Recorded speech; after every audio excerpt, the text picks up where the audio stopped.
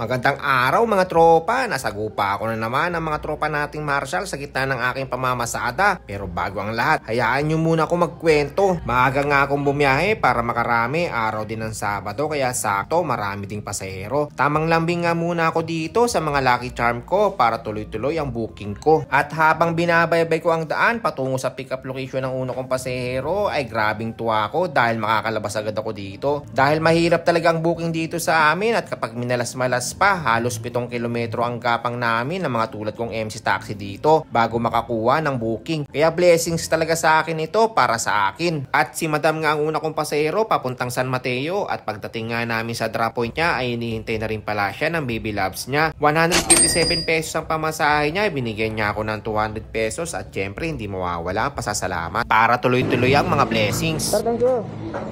At sa di kalayuan ay pinasukan agad ako ng booking papuntang Ortigas at pagdating nga namin sa drop point ng pasahero ko ay wala pala siyang barya. Kaya naghintay muna ako dito ng ilang minuto at maya-maya nga lang ay to the rescue naman agad ang kaibigan niya at dito na talaga ako biglang minalas ng hindi ko inaasahan at ang saya ko sa umpisa bigla na lang napalitan agad ng lungkot at pagkadismaya.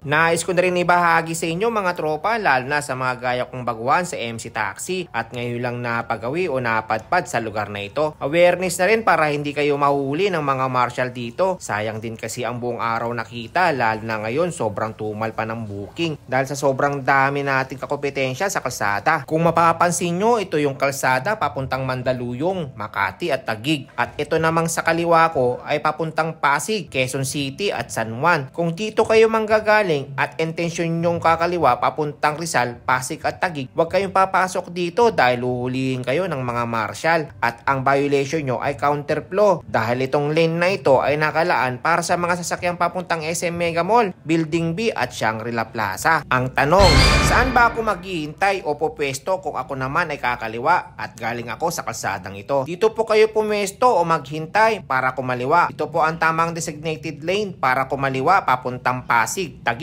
at Rizal. At sana nakatulong itong video na ito sa inyo mga tropa lalo na sa mga MC Taxi na gaya ko na first time mapagawi dito sa May Ortigas. Ibahagi nyo na rin sa iba para makatulong din sa iba. Pero sa kabila man ng violation namin, ito talaga ang nagustuhan ko at biglang napalitan ulit ng kasiyahan ng aming mga katawang lupa. Imbis kasi ratikitan kami dahil sa violation namin, bagkos pinayuhan na lang kami at binigyan ng second chance dahil sa aming pagkakamali. Shoutout sa'yo Kuyang Marshall, busilak ang iyong gininto ang puso sa pag-unawa at pakikipagkawang gawa sa mga tulad naming MC Taxi. Sana dumami pa ang mga tulad mo at bahala na ang may kapal sa iyo para suklian ang iyong mabuting gawa. Salamat sir. Salamat sir. Thank you sir.